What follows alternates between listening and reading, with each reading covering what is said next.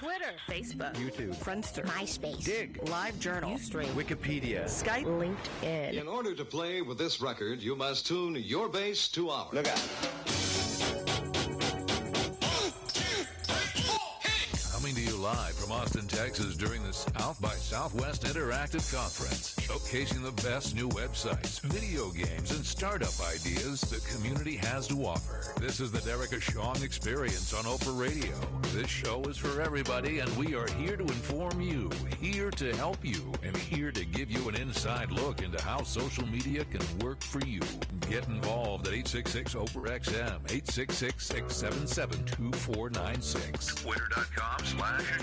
Twitter.com/Oprah Radio. Facebook.com/Derrick Ashong Experience. This isn't just social media. This is socially meaningful media. And now, Derrick Ashong.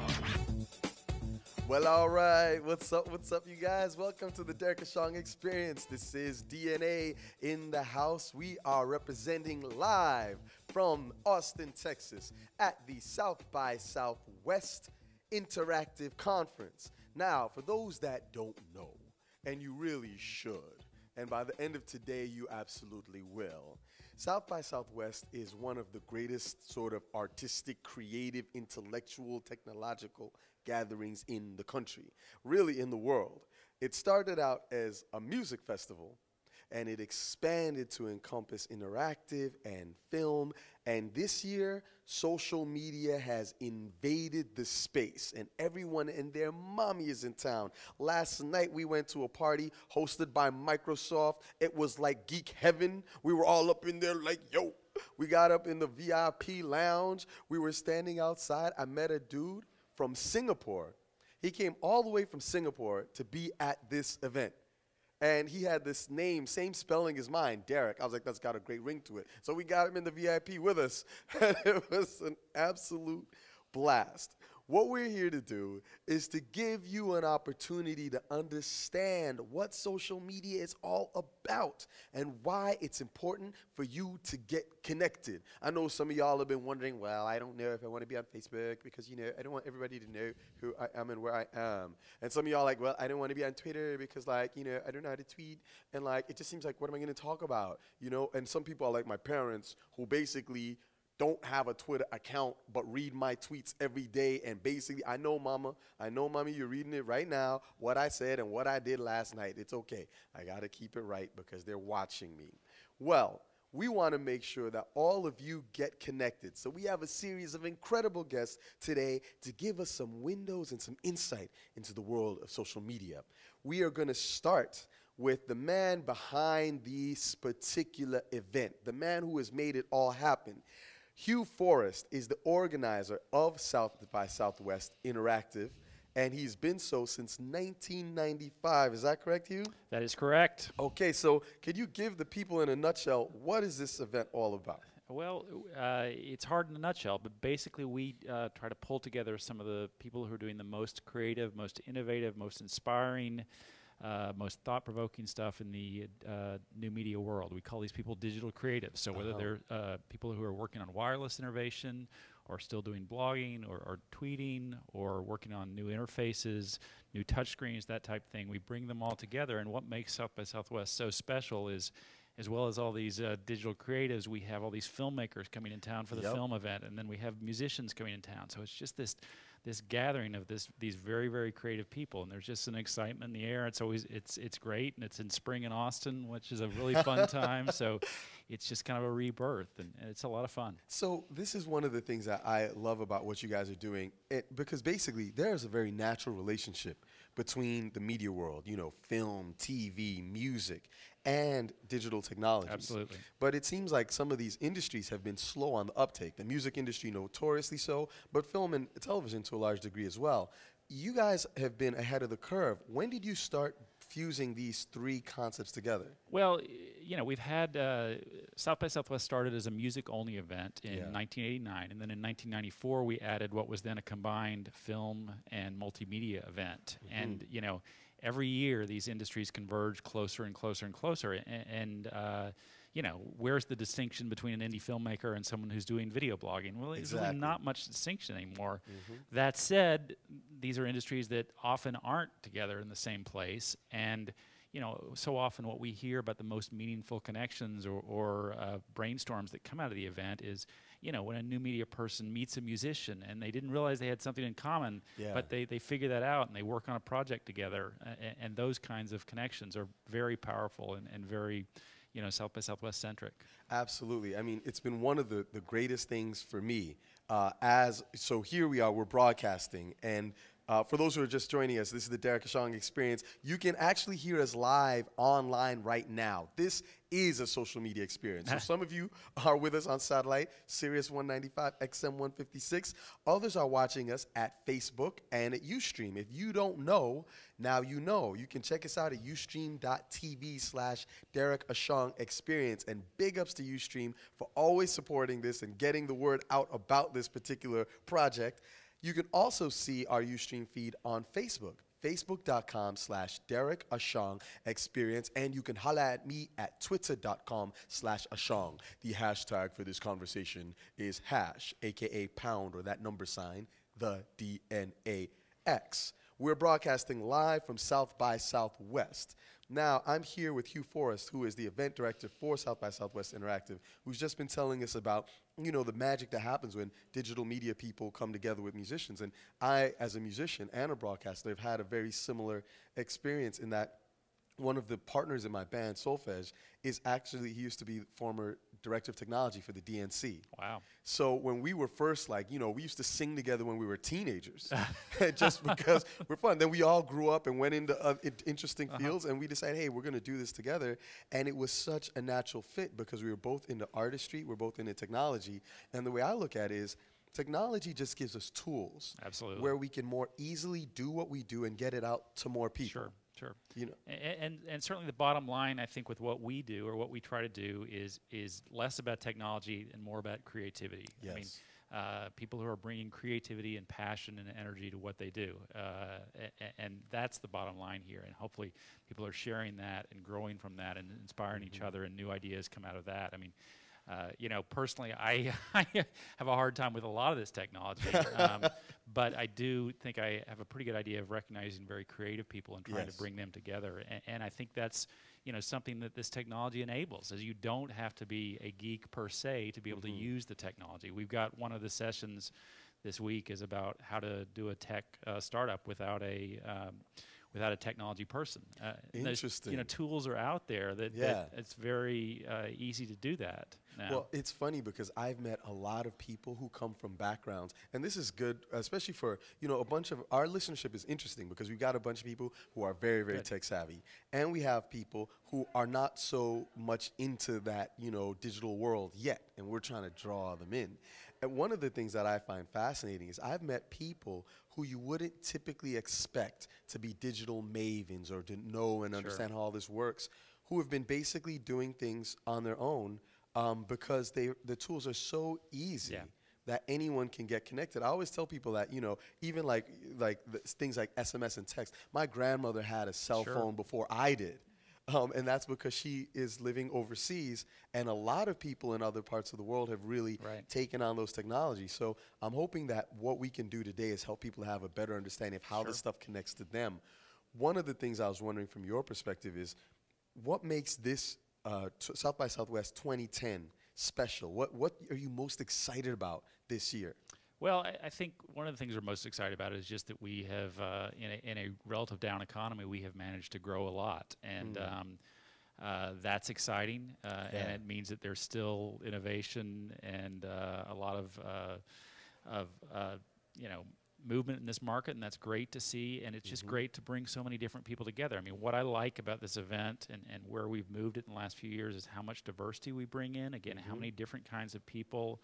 How many women were involved in this thing, which is sometimes not typical for a tech event, and just bringing all these various people together and just kind of standing back and watching all the connections that emerge and all the creativity emerges. That's always the most fun as an organizer. I mean, we spend a year organizing this thing and putting it together, and sometimes the things that we think are going to be great are not great, but other things just turn out and work kind of wonderfully on their Yeah. own, and you know that kind of magic is always fun to watch. That's awesome. Well, I can definitely attest to the diversity of the people here. And it's like, you know, and for the record, like, you know, I said that going to the concert yesterday was like Geek Heaven. And so some people are sitting there thinking like, oh God, like it's Geek Heaven. It's probably just a bunch of corny guys. I'm like, yo, the number of like beautiful people. I don't know if like digital media is just getting better looking. We got nicer hair products or whatever. I had to get my eyebrows done this morning just to fit in a little bit.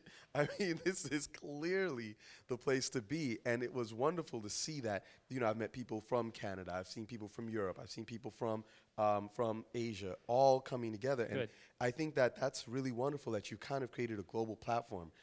You know, we have to, we've got a lot of guests coming on, and we're going to keep this party rolling and getting a whole bunch of people in effect. But I wanted to really try to get some insight from you on where you see this going. Where would you like to see South by Southwest Interactive 10 years from now?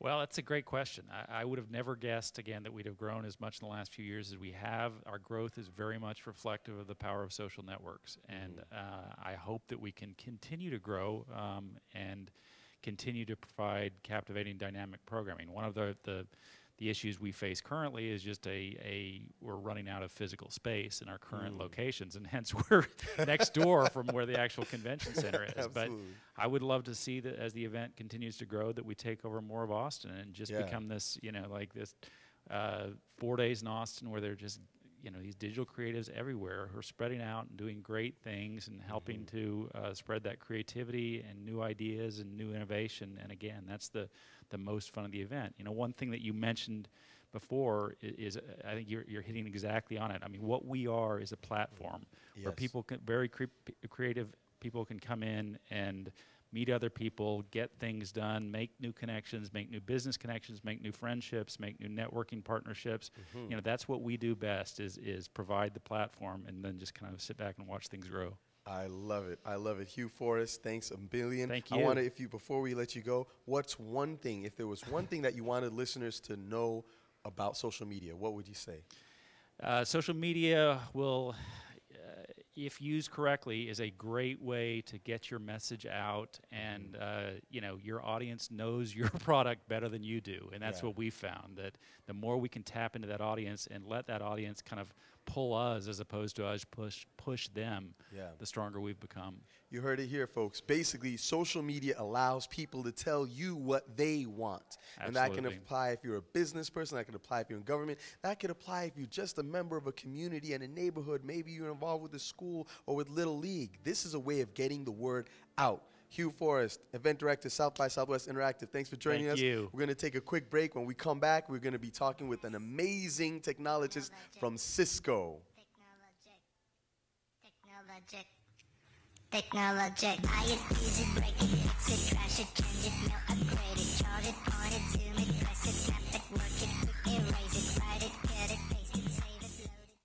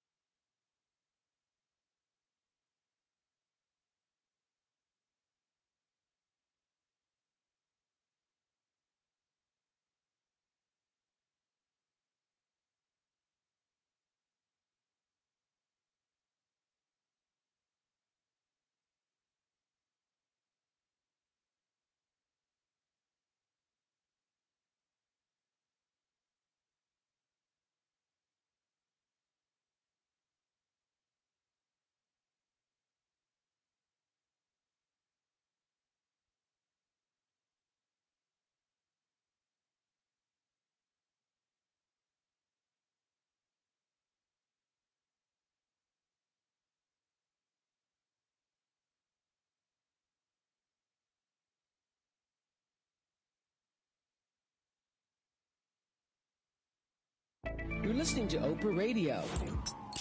The Derrick Ashong Experience at South by Southwest is brought to you by Cisco. Welcome to the Human Network.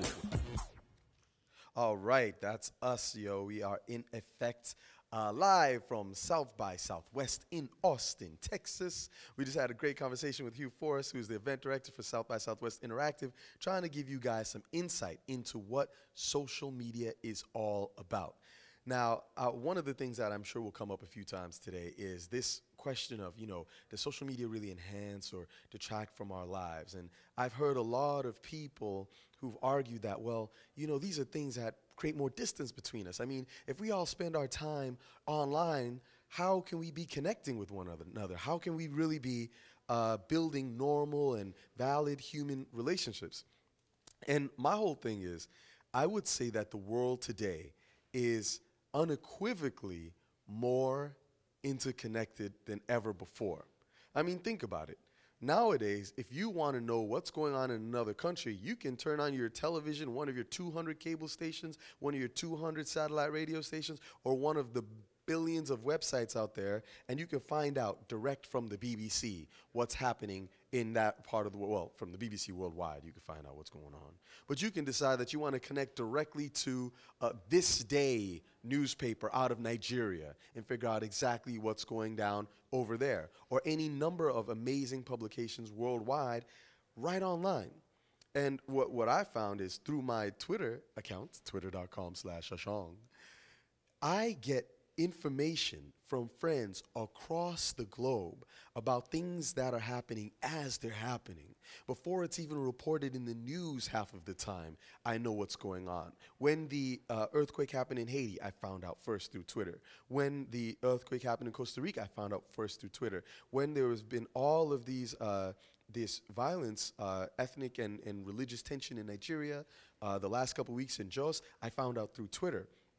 And my position is basically that this is a way of getting us to better be able to communicate than ever before. I remember when I used to have to write letters to my family in Ghana, and it would take a month and a half for the letter to go back and forth. Now my little cousins be texting me all day, any day they want to. It's instant communication, and it's a much, much better, much better way of staying connected and for having a robust and valid connection. Now, I think that the value of this technology is that it brings human beings together. And so one of the things that is so great for us is we have a representative from the company that is building what we call the Human Network. And this is not just a corporate representative. I'll let you guys in on an inside secret, full disclosure. This person is a great friend and a mentor. Carlos Dominguez is a senior vice president in Cisco's office of the chairman of the board and the CEO. And basically, he's a technology evangelist. He is an expert in what is going on in a variety of aspects of the technology sector, how these technologies are influencing the world around us, and how they may have a chance to help us shape both the business world and the social world as we move forward. So, my man Carlos is in effect, and hopefully we've got him live online right now. Carlos, are you here? How are you, DNA? I am excellent. How you living? How you doing? I am doing great. How are you I'm doing? living good. I mean, let the audience know that your dad says that I'm your oldest friend, and the only reason I think I'm your friend is because I use social media.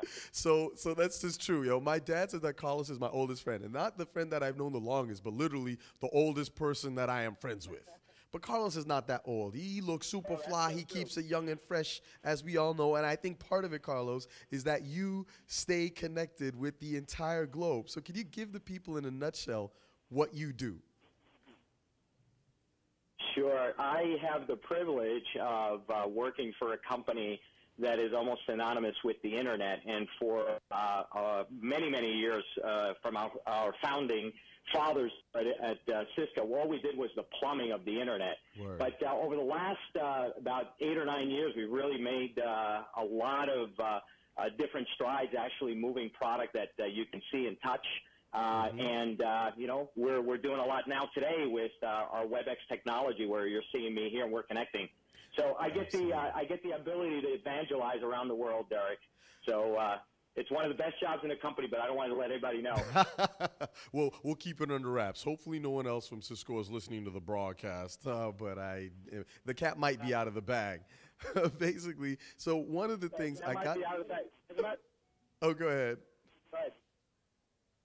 No, I was going to say, I was listening to you, Forrest, and you have that conversation, and I'm really jealous that I'm not there with all those digital creatives, a.k.a. geeks. Yep. And it sounds like it's an incredible event.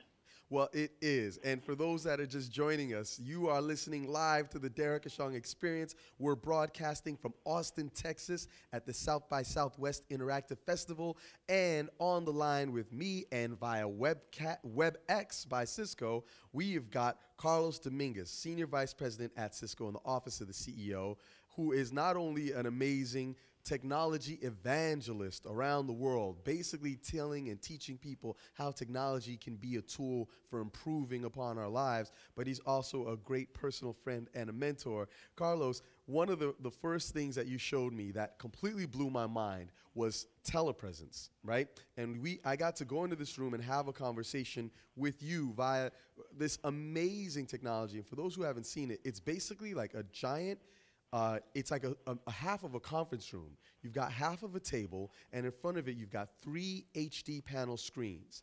And you can look up on those screens, and you can see another person in full life-size, HD quality, having communication with you, basically talking like you were in the same room.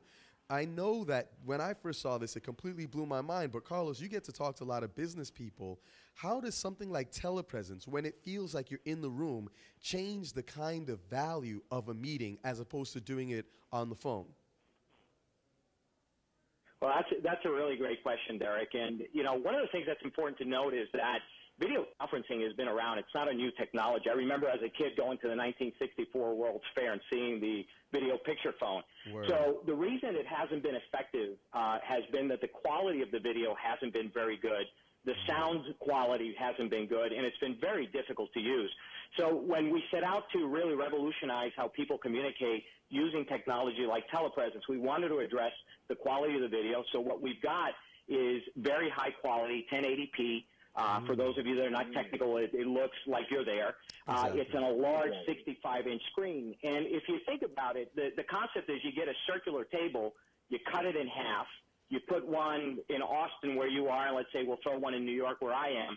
And when we make that connection, we're simulating that the round table exists again. The sound quality is amazing. If you're on the left-hand side of the screen, the voice comes from there. If you're on the right-hand side of the screen, it comes from the right-hand side.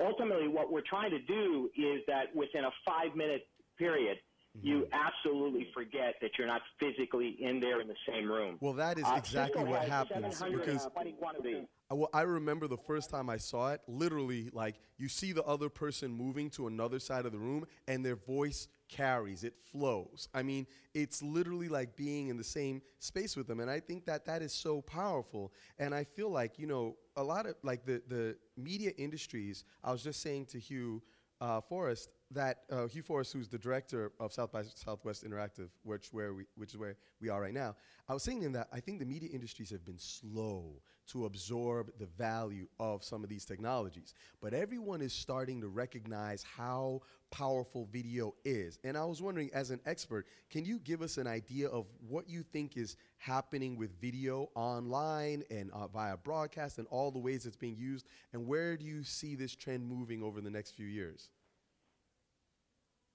Well, I'll make a prediction here, Derek, on your show, is that within a 5-year period, our primary mode on how we're all going to be communicating will be video. There's basically 3 different ways to look at video. One of them, which we all know, is all the user-generated content, right? Think about it for 1 second. Every minute that goes on, there are 20 hours of YouTube video that are uploaded, right? That gives you kind of a sense of how big the user-generated stuff. And as a result of that, we bought a company called Flip, which their traffic in the month of December grew 400%. Wow. just to show you how, to make my point that video is really the killer application. The second thing that's really taken off is watching premium content online. And if you have any teenagers at home, for those of you that are listening, you know what I'm talking about. They watch most of their television now, not on a TV, but on their computer. And so do I. And then the third one, which I think is the most and the third, and I think the most exciting piece of it all, is what it's all about, what we've been describing, personal communication. Yeah. Right? And there's going to be technology moving into the homes and everywhere on your phones, everything else, where we feel very, very comfortable that it's going to be everywhere. And let me tell you, as a user of a lot of the telepresence technology, I've cut my travel to about 20% of what it used to be, Eric. Wow. And our company's travel budget has been cut by 2/3. So for all those business listeners out there, a company like Cisco is saving 2/3 of a very large travel budget by not getting on an airplane, and we're able to do the technology and just communicate. But the bigger power of that is not traveling. Oh, go ahead. Yeah, you're able to collaborate. Well, and the thing that is interesting when you bring that up, because again, we're talking about how technology influences society. And I know some people are a little bit nervous. Sometimes they're afraid of like these changes and things being so different from the way they were. But when you're talking about a company the size of Cisco cutting down their travel budget by 2/3, think of all the gasoline, the airplane fuel, the kerosene that saved. Think about the lower carbon emissions that created. There's so much, there's an environmental benefit to doing this as well. And that's not to say that we don't want to be together and connect with people, but it is to say that we can literally use this technology to make sure that, hey, rather than go, cross country for a quick meeting and then jump back, if we don't have to be there, we can still feel like we're there through the technology. And I wanted, I wanted to get closer to our closing, but there are two things I want to ask you about. First, what do you see as, broader speaking, for those of us who don't know technology the way that you do, how do you think technology is going to play a role in improving society? That's the first question, and then I'm going to save the second one for after you give us a little insight here. Okay. Well, it's affecting society now, and one of your opening comments when you were talking to Forrest, was, your goal here today is really get people that are not using the technology and social media to start using it. We're at a point where, this is really, really big. I mean, Facebook added 200 million users last year, right? Yeah. They have a total of 400. It took them 5 years to get to 200 million, and they added another 200 million in 12 months. Wow. Right? And just another data point, 20 homes in the U.S. this year are going to generate more bandwidth than the entire Internet in 1995. So, this is moving at an incredible pace. So what can you do with it, and what are some of the examples? I mean, what I tell my kids, and you know them all, Derrick, is that if you have talent and you have ideas, by plugging into the net, by plugging into this whole social media, the world is yours. And there are some incredible examples of social change that has occurred as a result of people really connecting. And my favorite is a guy by the name of Oscar Morales, who's a Colombian who, on a Facebook page, started this movement called 1 Million Voices Against the FARC. Yes. And the FARC is a rebel faction that was terrorizing Colombia. Yes. And in 30 days, Oscar was able to get a 12 million person protest globally to take place, and single-handedly this guy overthrew the FARC. So, that's an incredible example of the power of social media. I love it. Carlos, you actually just answered my second question, which is how can social media impact the lives of our listeners? And for those listening, and especially if you're just joining us, we're talking to Carlos Dominguez, who is a senior vice president in the office of the CEO of Cisco. We're broadcasting live from Austin, Texas at South by Southwest. If you look on Ustream, you should be able to see Carlos talking to us via Cisco's WebEx platform right now. And so the thing, Carlos, that you just hit on, that I want our listeners to understand, is that regular people are using these technologies in order to change their world. Oscar Morales, we're not talking about necessarily someone who is an engineer per se. We're talking about somebody who thought that it would be better for his community if the rebel group, the FARC. And I've actually been to Colombia and seen what's happened with some of these kids who used to be fighters there. And don't think that this is a random war. These are teenagers that are being taken to war, some of them. And I've met some of these kids. He felt that there had to be a way to bring more peace to his community, and he used the power of the internet to do that. Carlos, I want to thank you so much for joining us, for giving us some more perspective on how this impacts our lives. Folks, you should stay tuned. We're going to be telling you a little bit more about some of these tools. All of my peeps on Ustream, you can see I've got my own flip cam right here. We stay connected, getting live HD video in effect. When we come right back, we're going to talk to some amazing young people who are doing and using technology to shape their world in new ways. This is the Derrick Ashong Experience. We'll be right back. You can watch me on your video phone.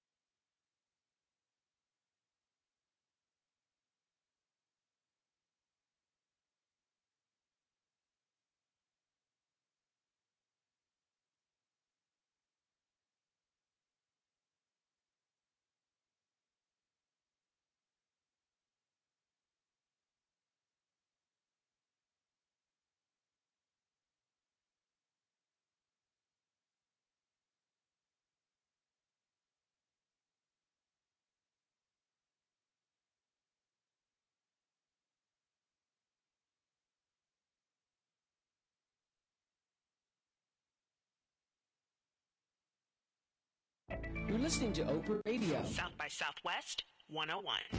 Wondering what kind of people attend South by Southwest? You'll find content producers, musicians, filmmakers, songwriters, web designers, bloggers, record labels, film distributors, press, students, and every conceivable category of individual involved in music, film, or interactive media. Think of it as spring break for the creative class. Broadcasting live from the South by Southwest Interactive Conference, it's the Derrick Ashong Experience. Yes, Sire, that's what we're talking about. Broadcasting live from South by Southwest with all the cool people are this weekend. Oh, I know some of you are at home thinking, well, I'm cool and I'm not there. Look, man, if you were cooler, you would be her. And I'm trying to recommend this for next year. You guys have got to be a part of this experience. Now, because some of you, I'm sure, are busy on a Saturday and you couldn't get out to Austin, we are bringing South by Southwest directly to you. And this particular aspect of it, the interactive component, is a place for digital media mavens, some of the cutting-edge minds and personalities and innovators and creative thinkers in the digital media space to get together and kick it and learn from one another. We just had a great conversation with my man Carlos Dominguez from Cisco. Big ups. We started out with Hugh Forrest, who is the event director of this amazing event. And now I am here with social media blogger, speaker, and consultant Corvida Raven, also known on Twitter as @Corvida, Corvida. Follow her. Corvida, big ups. Welcome to the experience. Thank you. Thank you for having me. Excellent. Now, where are you from? You're from Miami, I understand? Born and raised in Miami, Carroll City, and now I'm in Atlanta. Now you're in the ATL. ATL, Well, holding all it right. down. I'm going to move your mic a little bit closer to you so people hear you good. How's that? Good. All right. So basically, now, what exactly do you do? And again, we were explaining a little bit earlier, our audience is mixed. We've got people here who are absolute digital media gurus. I mean, they live in this space. And that's why we have this multi-platform show. Some people listen to us on satellite radio. Some people are on Facebook. Some on Ustream. A bunch of tweets. We get them going the whole time. And we have that crew. But then we have also folks who are new to this space, who are listening to us on the radio and who maybe have not been as familiar with the online world. So if you could give us, in a nutshell, for both audiences, who are you and what do you do? I'm Corvida Raven, and I share my passion about technology. Perfect. It couldn't be said any better. I've heard that some people call you the Oprah of the web. That's because I'm all over the place. They, when I started, they asked me if I ever slept. Uh-huh. And I did. Okay. It was just at an awful time in the morning. But I'm all over the place. I have a passion for this, so it keeps me up late at night. That's all that's on my head. You know, I have to get it out. I have to play with something. I have to have a gadget in my hand or be looking at something, a new technology. What can I use? What can I show to my friends? What can I bring back to my family? What can I use for myself? Now, what got you interested in technology in the first place? It started with MP3 CD players. Okay. When I was a kid, a friend of mine showed me that, hey, you can burn 200 songs on one CD. Yep. And I said, how on earth can I do that? Yep. I can barely get 18 on here now. So, she showed me how to go through it, the different formats, how to play around with things, gave me the technical background of it. And from there, I was like, man, this is amazing. I started learning more about MP3 CD players. Then from there, it branched out to MP3s, period. Okay. From there, I got my first computer when I was in about 7th grade, and I discovered the internet. Oh, wow. You got your first computer when you were in the 7th grade. So you were grade. like 12. Yeah. Man, when I was 12, I don't even know what we had, ColecoVision. I don't even remember, but that's amazing. And for those that are listening, everybody knows MP3 is a way of basically listening to music. It's the MPEG Layer 3 codec. It enables you to compress music so that you can actually better transfer it and you can use it more online. So the reason you can get all those MP3s on a CD is because they're compressed audio. They're not the same file size as the regular one. Okay, so this basically it hit your geek nerve. Yes, it did. That was the catalyst for it all. And from there, once I discovered the internet, I started learning about graphic design and Photoshop. Photoshop and Paint Shop Pro is how I started out. Okay. And And once I get to, it was so easy, and I'm a fan of art. I love art, whether it's architecture, graphic design, interior design. It doesn't matter. As long as it's beautiful, I love to watch it. That's what's up. And from there, I started using Photoshop, getting really good at it. I'm getting a lot of comments and feedbacks.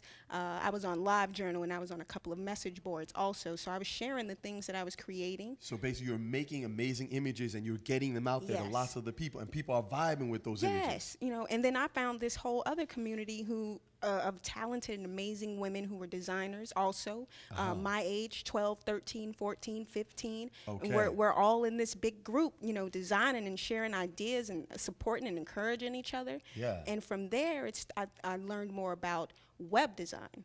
They introduced me into HTML, JavaScript and all of that. Which are the all coding, to write ways to code on the web. And I once again became fascinated with that. It hit another geek nerve. And this is all happening basically while you're in junior high and high school. Yes. Okay, so now y'all who are out there, listen to what we're talking about, because people sometimes think that, young people just online watching videos and hanging out. They want to see a turtle on a skateboard. No, man. Not at all. You see what I'm saying? Not at You all. basically learn to use technology as a tool to express your creativity. Yes. Right? And some of y'all out there, you know, HTML, hypertext markup language. It is a way of programming for the web. Every website that you see has HTML in it. Now, there are other things, Java, there's Flash, tools that basically enhance what you can do on the web. But HTML is really the basics. The basics. And while you were in high school, you were learning how to do this, which means that not only as a graphic designer could you make cool images, but now as a web designer, you can build wicked websites. Now I was building. I was a creator and a producer now, and that actually kind of empowered me to know that I could build these things that people identified with. They loved it, and I could explain it too, which was something that led me to blogging. Was people loved the way that I would explain the technology that I would come across. I would come across a million applications for my mobile phones, gadgets. This stuff was new to me. It was something I didn't grow up with, so it was a whole nother world that I was being introduced to, and it was coming so fast, especially with the internet. Everything was changing so fast, but I loved it. I immersed myself in it. My friends thought I was addicted to the computer. Someone said I needed to go to Internet-aholics Anonymous. I said no, I just needed to get it out of my system. Absolutely. And I let it immerse myself. It completely consumed my life at some point. It's almost like it's a way of expression, right? So there was a time when people, and this is an important thing because like Hugh Forrest, the director of South by Southwest Interactive told us, this is a meeting of creative people, all kinds of different creativity. There was a time when somebody would have a musical idea, and in order to express it, they would have to get a whole group of people to play it. And if you played that one time, 150 years ago, that performance was gone forever. It only happened that one time because you couldn't record it. Wow. Then, in the late 1800s, early 1900s, you started to have the ability to record music, but it was a low quality. Then you get to the point where you actually have the ability to get into a whole band and put it on tape and record it all at once, but you had to have money to get in the studio. Now, I can sit here on my laptop and do it right there. And do it right there.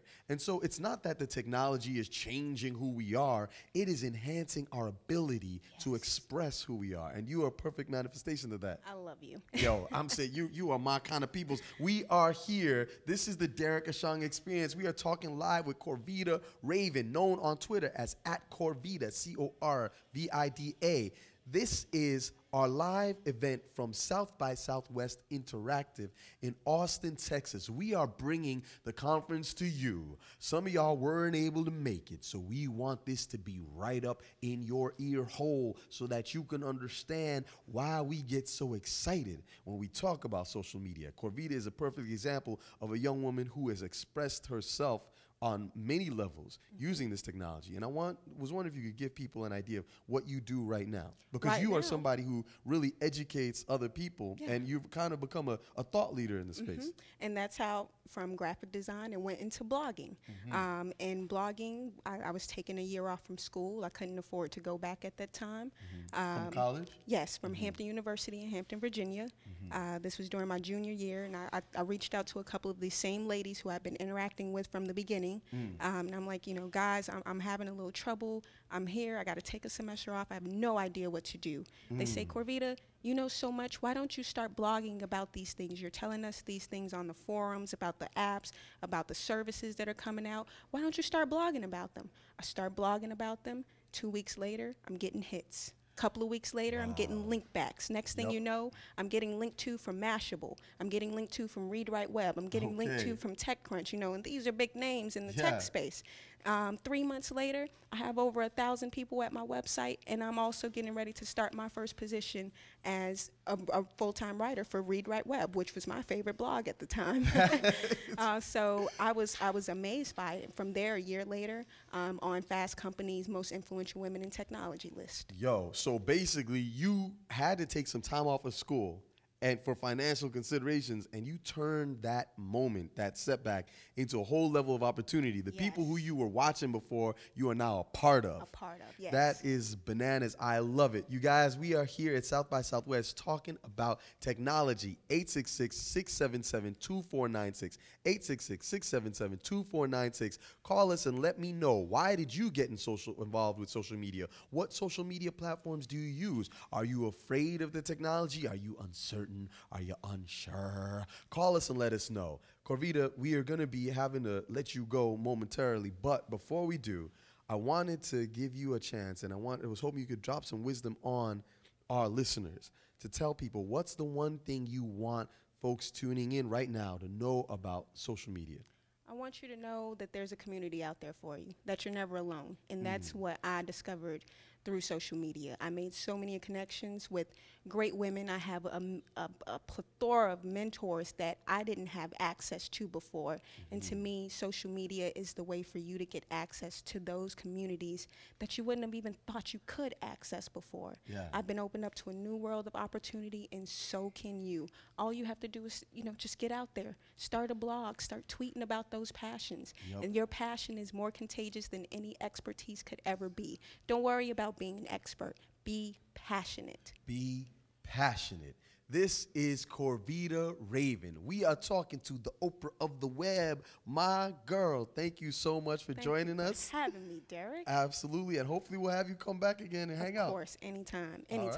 That's what's up. So we're going to get ready to roll. We've got another amazing guest that's going to be joining us, and basically we're going to keep this party rolling. For those of you who are online, hit us up.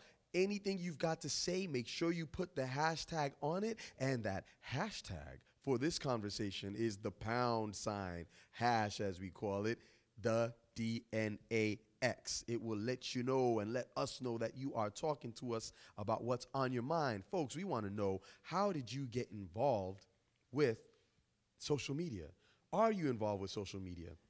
Is it something that you feel good about? Is it something that you have concerns about? We just had a great conversation with Corvita, who my people online are telling me has got a nice mohawk. Yes, Corvita's got the wicked mohawk. For those on the radio, you can't see, but my girl is rolling with mad style. And basically, she broke down to us how she, as a young person in junior high and high school, used the power of technology to get connected with a whole different community, and how she has built herself up that way. Now, I am so pleased to have my next guest in full effect, Tony Shea, who at the age of 24 co-founded Link Exchange, I believe, and who is now an advisor and investor in an amazing company called Zappos, which has got sales of, I understand, over $1 billion now? Yeah, a little over $1 billion last 2 years in gross merchandise sales. Okay, so you guys are actually making things happen. So, Tony, tell us, first of all, how did you get involved in the technology world? I guess I've always been just pretty interested in technology, did a lot of computer programming growing up, but I think I just really liked the idea of being able to come up with an idea and build something and then put it out there in the world. Got you. So you're a creator yourself? Used to do a lot more programming than I do today. Okay.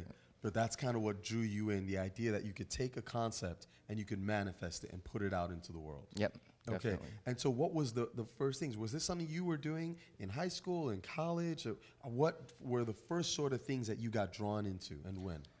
Yeah, it was actually even before college.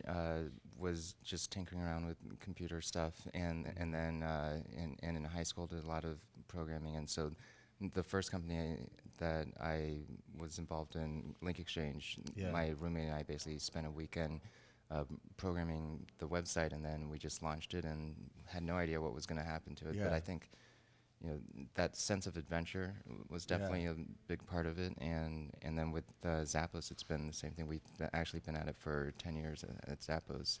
Wow. I love what you say about the sense of adventure, because basically you didn't have a particular outcome in mind per se. You didn't know what was going to happen, but you built something and people literally came.